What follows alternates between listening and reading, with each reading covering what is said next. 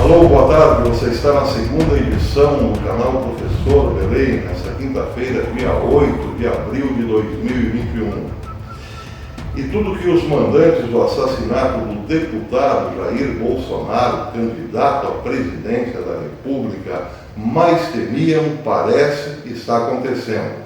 Pelo menos é isso que disse hoje o deputado federal pelo PSL de Santa Catarina, Daniel Freitas.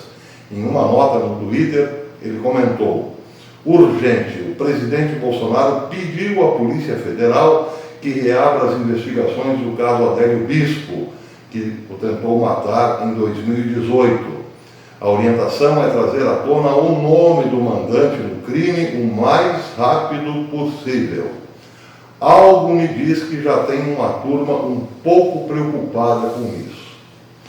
Esse é o post do deputado Daniel Freitas. Bem, certamente tem sim uma turma muito preocupada com isso.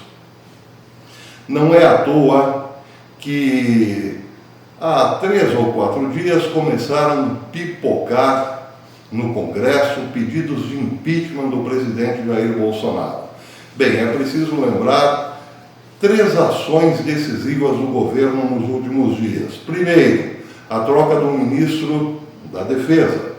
Depois, a troca do ministro da Justiça e, consequentemente, a troca no comando da Polícia Federal. É claro que tudo isso inquieta os mandantes do assassinato de Bolsonaro. E, coincidentemente, pipocam pedidos de impeachment na Casa Legislativa. Por exemplo, uma matéria saída no Renova Mídia diz que a Câmara dos Deputados já recebeu, até terça-feira passada, tinha recebido 107 pedidos de impeachment contra o presidente da República. O levantamento é da Secretaria-Geral da Mesa da Câmara. 41 pedidos foram protocolados durante a gestão de Arthur Lira, no comando da Câmara. O seu antecessor, Rodrigo Maia, recebera 66 pedidos enquanto ocupou a presidência da Casa. Rodrigo Maia ocupou por um longo tempo. Arthur Lira está há pouco tempo. Então, considerando aqui a relação tempo, pedidos de impeachment, o que pipocou mesmo foi agora, na gestão de Lira. Parece que há um comando para isso. Vamos entulhar a casa de pedidos de impeachment. O levantamento escancara a pressão pelo afastamento do chefe do Executivo. Escancar a pressão é até um eufemismo. Parece que há um delírio, um desespero, uma histeria coletiva, por parte, claro, do colegiado esquerdista, para derrubar imediatamente o presidente, antes que ele mexa no angu, por assim dizer. Entre o período de 31 de março a 6 de abril, foram 32 pedidos de impeachment protocolados contra Bolsonaro. Desses, apenas um não cita a atuação do presidente em meio à pandemia de coronavírus. Pandemia de coronavírus é uma desculpa esfarrapada das mais estapafúrdias que se pode imaginar, porque Bolsonaro foi afastado da gestão do controle ao Covid. Não é possível esquecermos que o STF tirou o poder de gestão da pandemia do presidente, passando esse mesmo poder para governadores e prefeitos. Bem, os governadores e prefeitos estão atuando de modo extremo, radical, principalmente quando o assunto é fechamento de tudo, quando o tema é lockdowns, sem resultado algum. A pandemia, ou melhor, o controle da pandemia, já vai para um ano. Há um ano que se tem dado gravata em trabalhadores, pessoas humildes do povo, proibido pessoas irem à praia, fechado pipoqueiros, quitandas e assim por diante, e nada disso tem resolvido. Enquanto, como lembra bem o Pingos nos Is, os ônibus, por exemplo, os coletivos andam sempre entulhados de pessoas. Há um descontrole total e, ao mesmo tempo, um rigorismo sobre questões que não deram resultados baseados numa pseudociência. Não é culpa de Bolsonaro, já que ele não teve controle sobre isso, mas querem imputar ao mesmo a culpa pelo fracasso que o próprio STF patrocinou, dando a governadores e prefeitos despreparados o controle da pandemia. Ou seja, tiraram de Bolsonaro todo o poder no caso e agora o culpam pelo caso não ter dado certo. Dá para entender? Claro que dá. Qualquer argumento, qualquer tentativa de derrubar o presidente é válido, mas agora as tentativas serão muito maiores, porque Bolsonaro mexerá naquilo que é o terror dos seus inimigos, ou seja, buscará a pista do mandante do seu próprio assassinato. E é claro que isso mexerá com a República, evidentemente. Outra coincidência interessante foi uma declaração de Marco Aurélio, sim, o decano da corte, o ministro Marco Aurélio. Em entrevista ao site Metrópole, Marco Aurélio, do Supremo Tribunal Federal, disse que a Câmara dos Deputados tem que tocar os pedidos de impeachment contra o presidente da República, Jair Bolsonaro. Abre aspas. Observada a organicidade, tem de tocar as denúncias apresentadas, a não ser que elas sejam manifestamente improcedentes. Aí se arquiva, disse o ministro. Continuou dizendo que o plenário decida que os representantes do povo brasileiro, plenários representantes do povo brasileiro, os deputados federais, decidam, recebendo ou não a denúncia contra o presidente da República, e que haja posteriormente o julgamento no Senado pelos representantes dos estados brasileiros, acrescentou o ministro.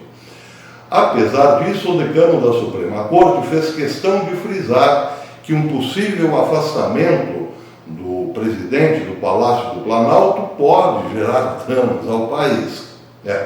Abre aspas. Não avançamos culturalmente quando apeamos do poder no presidente da República. A repercussão internacional é péssima. Agora, evidentemente, há de se submeter o pedido ao colegiado. É a organicidade do nosso direito. Mas o presidente foi eleito com 47 milhões de votos. Aqui ele se equivocou em, no mínimo, 10 milhões. Bolsonaro teve 57 milhões, 1.847 votos, e não 47 milhões. Isso nas máquinas eletrônicas. Se há uma suspeita e há de que as máquinas surrupiaram um número enorme de votos, claro que 57, nem 57 milhões é o número correto, mas isso é outra história, é nebulosa, não há provas, mas apenas uma sensação de que a vitória foi, em primeiro lugar, de cara, no primeiro turno, e no segundo ainda muito maior do que esses números apresentados pelo TSE. Bem, como disse, isso é outra história, é polêmica, o fato do momento é esse. O ministro Marco Aurélio sugere que os representantes do povo que ama Bolsonaro, mas são representantes, via de regra, desvinculados do próprio povo, parem tudo. Todo este processo de tentar salvar o país que está na UTI para discutir o impeachment do presidente. O ministro sugere que pare-se tudo, que mantenha-se o paciente respirando por aparelhos, o paciente é o país, para discutirmos o impeachment do presidente. Já imaginaram? Que maravilha! Pois é, acontece que o presidente, como disse, não tem culpa nenhuma do que está sendo acusado. Do que Bolsonaro está sendo acusado? Ele não comprou vacina a tempo. Bem, as vacinas que Bolsonaro comprou, todas elas estão ainda em caráter de experiência, de testes. Ele só demorou um pouco porque a Anvisa teve que, em muitos dos casos, comprovar a eficiência das próprias. Não obstante, o país nunca parou de vacinar, tanto é que está até à frente do Canadá em números proporcionais. O país é gigantesco. Os Estados Unidos têm problema de vacinação. Não dá para se comparar o Brasil a Israel. Israel tem pouco mais de 8 milhões de habitantes. No Brasil, esse número pode ser resolvido em 8 dias. 8 milhões podem ser vacinadas em 8 dias. No Israel levou um tempão para vacinar quase isso. E, portanto, não tem como comparar. É a única acusação que se pode fazer a Bolsonaro e ainda assim uma acusação fajuta. Em relação a todo o resto, a culpa é de governadores e prefeitos que insistiram num modelo completamente errado. Lockdowns, fechamento de tudo, enfim, enquanto mantinham os coletivos, por exemplo, funcionando, aglomerações de pessoas funcionando em outros estádios ou em outros ambientes. Para a fotografia, ver um comércio fechado dá a impressão que prefeitos e governadores estão atuando efetivamente no caso. Mas é só para efeito de fotografia, porque nos morros, nas favelas, os bailes funks continuam, a vida aglomerada continua no mesmo ritmo de sempre e, em muitos casos, nem mesmo a polícia pode entrar nessas grandes aglomerações, bailões, funks, onde se vende todo tipo de drogas, por exemplo, e se pratica todo tipo de promiscuidade, por exemplo. Culpa de quem? Não é de Bolsonaro. Mas então está aí o ministro sugerindo que se pare tudo, para ver se dá para tirar Bolsonaro ou não. É muito país, mas fazer o quê? Está cheio de pedido lá, então vamos tocar o negócio. Coincidência, mas seja como for, tem muita gente aí com pressa para tirar o presidente. Principalmente agora que o nome Adélio Bispo volta à tona. Onde iremos parar com tudo isso? Bem, o presidente continua dizendo que joga dentro das 4 linhas. Se usarmos um outro modelo esportivo, podemos dizer que Bolsonaro é aquele boxer que sobe ao ringue cumprindo as normas do esporte. Sobe ao ringue limpo, com luva, sem uma ferradura dentro da luva e não dopado. Acontece que o seu adversário, outro boxer, não faz uso das mesmas regras esportivas. Bem, Bolsonaro insiste em dizer que se manterá dentro da regra democrática, o que é bom. Agora, ele precisa dizer o seguinte: como fazer com que o adversário respeite as mesmas regras? De que adianta um boxer limpinho, não dopado, lutando segundo as regras, apanhando, sendo levado às cordas do amanhecer do dia ao anoitecer por outro lutador que não segue as regras? De que adianta isso? É preciso mudar esse jogo. É preciso fazer com que, de algum modo, sabe-se lá como, o adversário também respeite as regras. Porque senão será como aquela corrida onde Ben Johnson ganhou disparadamente de todos os seus adversários, porque estava dopado. Mais tarde ele perdeu o prêmio, perdeu a vitória e foi até expulso do esporte. Mas isso foi bem mais tarde, quando todos os outros já estavam bastante derrotados. Não basta seguir as regras do jogo, é preciso que o adversário também siga, porque senão não há jogo. Não há jogo, de forma alguma.